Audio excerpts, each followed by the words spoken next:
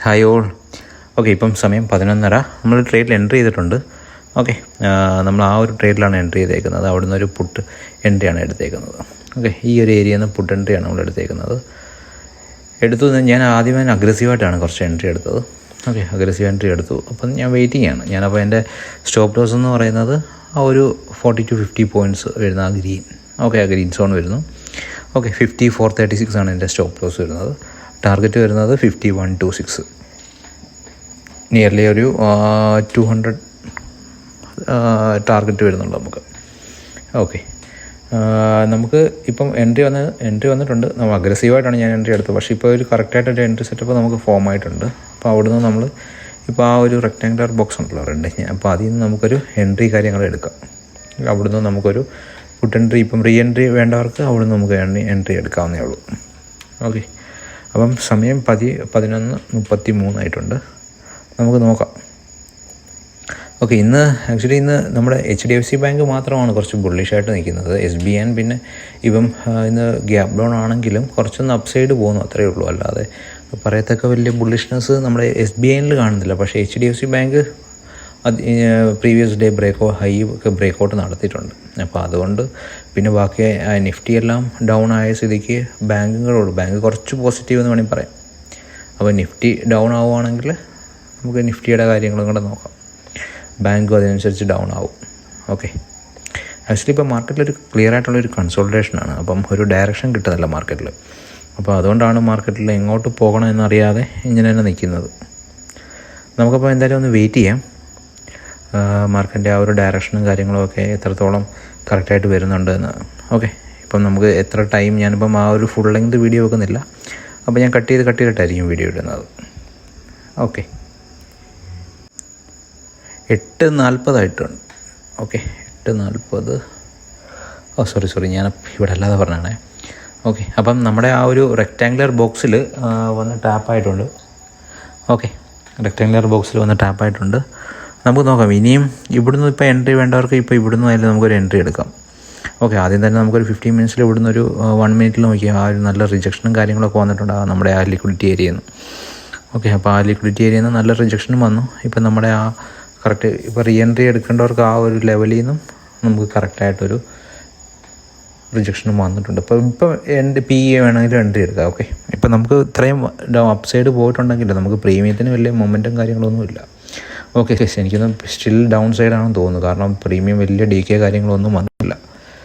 Okay, ഇപ്പം just ഒരു green candle upside പോയാലും ഒരു 5 to 6 പോയിൻറ്റിൻ്റെ ഒരു പ്രീമിയമേ ചേഞ്ച് കാണിക്കുന്നുള്ളൂ. പക്ഷേ ഒരു റെഡ് ക്യാൻഡിൽ വന്നു കഴിയുമ്പോഴത്തേക്കിന് അതിൻ്റെ ഡബിള് നമുക്ക് കിട്ടുന്നുമുണ്ട്. അതുകൊണ്ട് പ്രീമിയം വലിയ DK കാര്യങ്ങളൊന്നുമില്ല. പക്ഷേ നമുക്ക് നല്ല ഒരു ഇത് കിട്ടുന്നുണ്ട്, മൊമെൻറ്റം ഉണ്ട്. ഓക്കെ, പ്രീമിയത്തിൻ്റെ കേസിലാണ് ഞാൻ പറയുന്നത്. പ്രീമിയത്തിൽ നല്ലൊരു മൊമെൻറ്റം ഉണ്ട്. അല്ലാതെ നമുക്ക് ഇത് കാര്യങ്ങളൊന്നുമില്ല.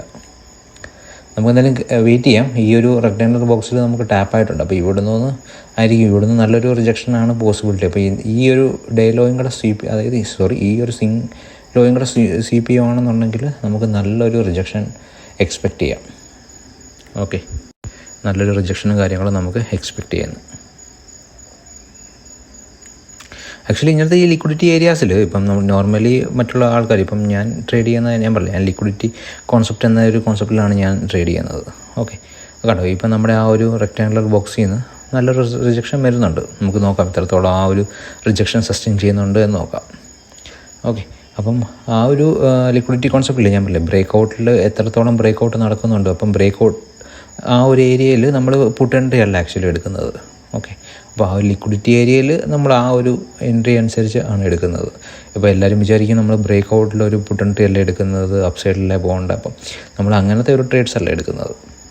ഓക്കെ, അപ്പം ആ ഒരു ലിക്വിഡിറ്റി സ്വീപ്പ് നോക്കിയിട്ടാണ് നമ്മുടെ ആ എൻട്രി സെറ്റപ്പ് കാര്യങ്ങളൊക്കെ വന്നിട്ടാണ് നമ്മൾ എൻട്രി എടുക്കുന്നത്.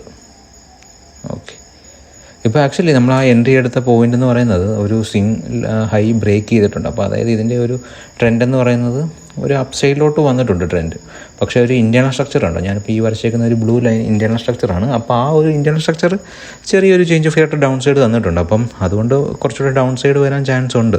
പിന്നെ പറയാൻ പറ്റില്ല എന്താണ് നമുക്ക് മാർക്കറ്റിൽ സംഭവിക്കുന്നതാണ്. ഓക്കെ, ഒരിക്കലും 100% ആയിട്ടുള്ള ഒരു ഇതില്ല. ഇപ്പോൾ ഇത്രയും കൺഫർമേഷൻ കിട്ടി, അതുകൊണ്ട് ഈ ട്രേഡ് ടാർഗറ്റിൽ ഹിറ്റാകും എന്ന് നമുക്കൊരിക്കലും പറയാൻ പറ്റില്ല. ഓക്കെ, നല്ല റിജക്ഷനും കാര്യങ്ങളൊക്കെ വരുന്നുണ്ട് മാർക്കറ്റിൽ. അപ്പോൾ നമുക്ക് എന്തായാലും ജസ്റ്റ് ഒന്ന് വെയിറ്റ് ചെയ്യാം.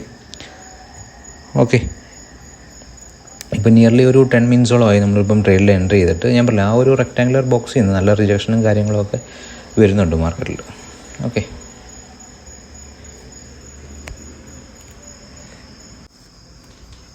ഓക്കെ, നമ്മുടെ ആ ഒരു എൻട്രി ലെവലിൽ വന്നിട്ടുണ്ട്. ആ ഒരു ലെവലിൽ തന്നെയാണ് ഇപ്പം സ്ട്രൈക്ക് എത്തിയേക്കുന്നത്.